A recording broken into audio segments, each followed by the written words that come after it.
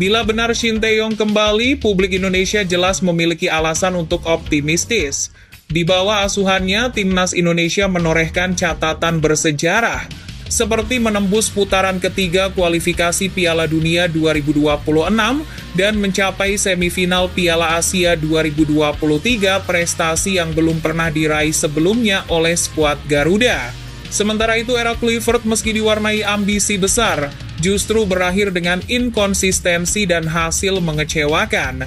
Kegagalan di babak keempat kualifikasi menjadi titik balik besar bagi PSSI untuk mengevaluasi arah pembangunan tim nasional. Kini, federasi dihadapkan pada pilihan berat, membangun era baru bersama sosok asing lain, atau memberi kesempatan kedua bagi Shin Tae-yong, yang telah memahami kultur sepak bola Indonesia dan karakter pemainnya. The next station is Indonesia. To Indonesia, coming from behind to score first goal for Indonesia national team. So easy. A Fortuna Sittard player now, making his debut goal for Indonesia national team. Indonesia 2, Vietnam 0.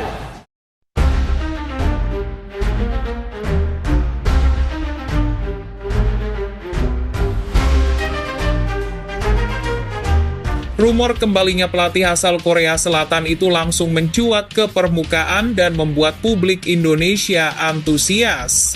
Menariknya, kali ini bukan hanya supporter yang bereaksi striker timnas Indonesia, Ole Romeni ikut buka suara dan memberikan pandangan jujurnya soal situasi ini. Ole Romeni yang menjadi salah satu pemain penting di era Kluivert tidak menutupi perasaannya ketika mendengar kabar pemecatan sang pelatih. Dalam keterangannya, pemain keturunan Belanda Indonesia itu dengan tenang menilai bahwa keputusan tersebut memang harus diterima dengan lapang dada. Saya pikir itu semua adalah keputusan federasi yang harus dihormati, ujar Ole Romeni. Karena memang jika melihat hasil terakhir, kami gagal membawa Indonesia lolos ke Piala Dunia. Jadi keputusan itu masuk akal. Romeni menilai, dalam dunia sepak bola profesional, pelatih selalu berada di garis terdepan saat hasil tidak sesuai harapan. Ia menegaskan bahwa Patrick Kluivert tetap sosok yang dihormatinya. Namun, Romeni tak menutup mata bahwa ada sesuatu yang kurang pas dalam cara bermain tim di bawah arahan sang pelatih. Saya pribadi cukup menghormati Coach Kluivert, tapi jujur saja saya merasa kurang nyaman dengan gaya bermainnya, ucapnya blak-blakan. Terkadang kami kesulitan menjaga tempo dan arah permainan. Ada ide bagus tapi tidak selalu cocok dengan karakter pemain Indonesia.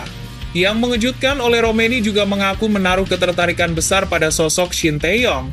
Ia bahkan mengungkap bahwa sempat berbicara dengan beberapa rekan di tim nasional, termasuk Marcelino Ferdinand, soal pengalaman mereka di bawah asuhan pelatih Korea Selatan tersebut.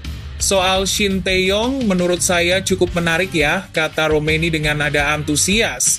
Saya juga melihat beberapa laga sebelumnya dan dapat cerita dari Marcelino, termasuk saat laga Indonesia versus Arab Saudi di GBK lalu.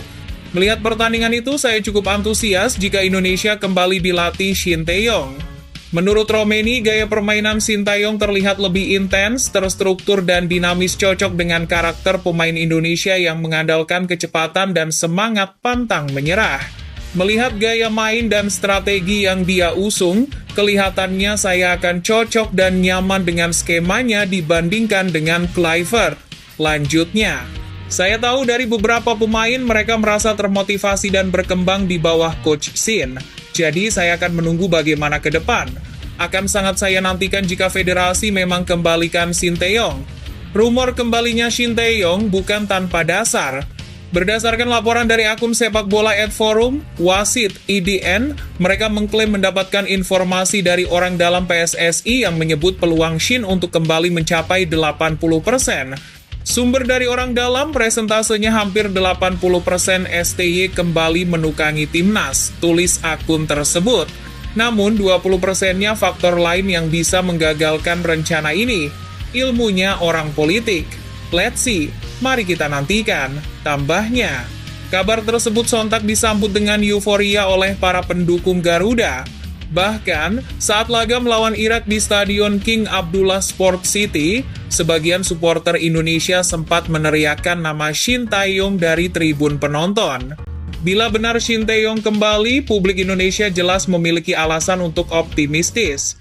Di bawah asuhannya, timnas Indonesia menorehkan catatan bersejarah, seperti menembus putaran ketiga kualifikasi Piala Dunia 2026 dan mencapai semifinal Piala Asia 2023, prestasi yang belum pernah diraih sebelumnya oleh skuad Garuda.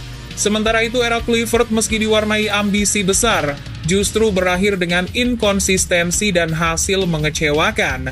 Kegagalan di babak keempat kualifikasi menjadi titik balik besar bagi PSSI untuk mengevaluasi arah pembangunan tim nasional. Kini, federasi dihadapkan pada pilihan berat, membangun era baru bersama sosok asing lain, atau memberi kesempatan kedua bagi Shin Tae-yong, yang telah memahami kultur sepak bola Indonesia dan karakter pemainnya. Komentar oleh Romeni menjadi sinyal bahwa para pemain juga merindukan pelatih dengan karakter kuat dan sistem yang jelas. Bukan hanya sekadar taktik, Shin Tae-yong dikenal tegas, disiplin, dan mampu membentuk mental juang tinggi di lapangan. Saya selalu percaya pelatih yang bisa menyatukan semangat dan karakter pemain akan membawa hasil yang besar, tutup Romeni. Dan kalau Shin Tae-yong benar kembali, saya rasa kami semua akan sangat termotivasi. Namun tunggu dulu, setelah admin telusuri secara mendalam, berita di atas jelas karangan belaka dan dipastikan hoax. Ini bertujuan untuk mengedukasi penonton agar tak mudah percaya pada berita yang tak jelas sumbernya.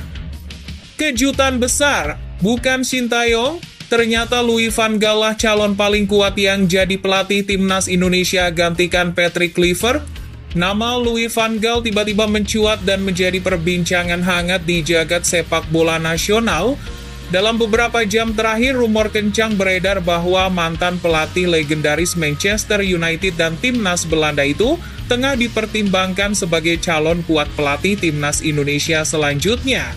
Spekulasi tersebut bermula dari laporan media asal Inggris The Touchline yang menulis bahwa Louis van Gaal akan mengumumkan berita besar pada Senin 20 Oktober 2025. Senin ini, Louis van Gaal akan mengadakan konferensi pers. Ia akan mengumumkan berita besar, tulis The Touchline melalui akun X Twitter resmi mereka @touchlinex. Pernyataan itu sontak membuat dunia sepak bola geger. Banyak yang menebak-nebak bahwa sang pelatih kawakan berusia 74 tahun itu akan melakukan comeback ke dunia kepelatihan. Sebab, sebagaimana diketahui, Louis van Gaal terakhir kali aktif sebagai pelatih pada Desember 2022 saat menukangi timnas Belanda di Piala Dunia Qatar 2022. Pertanyaan besar pun muncul, kemana Louis van Gaal akan kembali?